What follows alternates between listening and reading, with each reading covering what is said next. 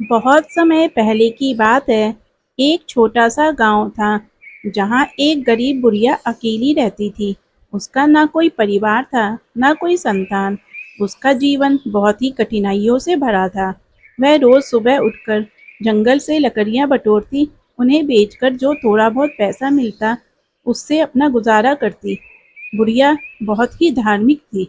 उसके घर में केवल एक छोटा सा दीपक था और दीवार पर भगवान सूर्य का चित्र।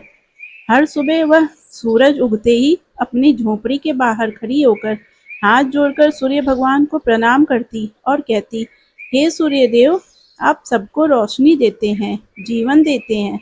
मेरे पास कुछ नहीं है, पर मेरा मन सच्चा है, कृपा करना। दिन बीतते गए, मौसम बदला, लेकिन बुढ़िया की गरीबी नहीं बदली। एक दिन बहुत तेज बारिश हुई और उसकी झोपड़ी की छत टपकने लगी। लकड़ियां गीली हो गई। अब वह कुछ भी नहीं बेच सकी। भूखी प्यासी बुढ़िया उसी भीगी जमीन पर बैठकर रोने लगी।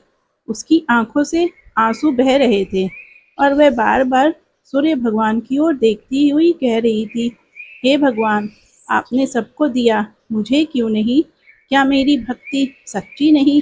उसी रात बुढ़िया ने सपना देखा। एक तेज प्रकाश उसके झोंपड़े पर फैला और सूर्य भगवान स्वयं प्रकट हुए। उनका तेज इतना था कि बुढ़िया अपनी आंखें भी नहीं खोल पाई। सूर्यदेव बोले, माँ, मैं तुम्हारी भक्ति से प्रसन्न हूँ।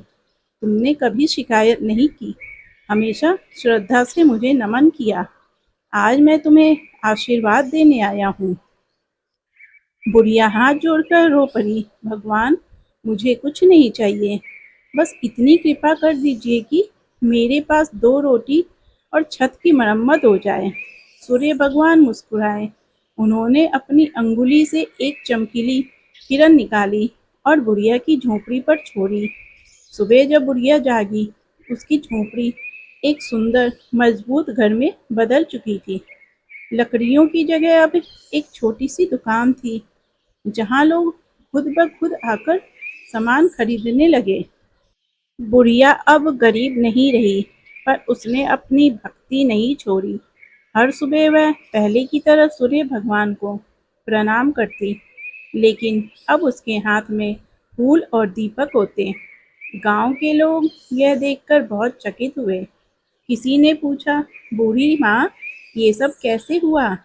तो बुढ़िया मुस्कुराकर बोली, सच्ची श्रद्धा और सच्चे दिल से पुकारो, भगवान जरूर सुनते हैं। मैंने उन्हें कभी मांग कर नहीं, बस प्रेम से पुकारा था।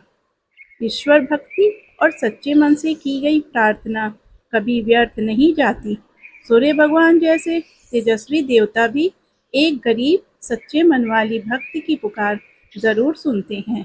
दोस्तों, आप सबको कहानी अच्छी लगी हो तो कृपया वीडियो को लाइक करके कमेंट में ओम सूर्याय नमः लिख दीजिएगा।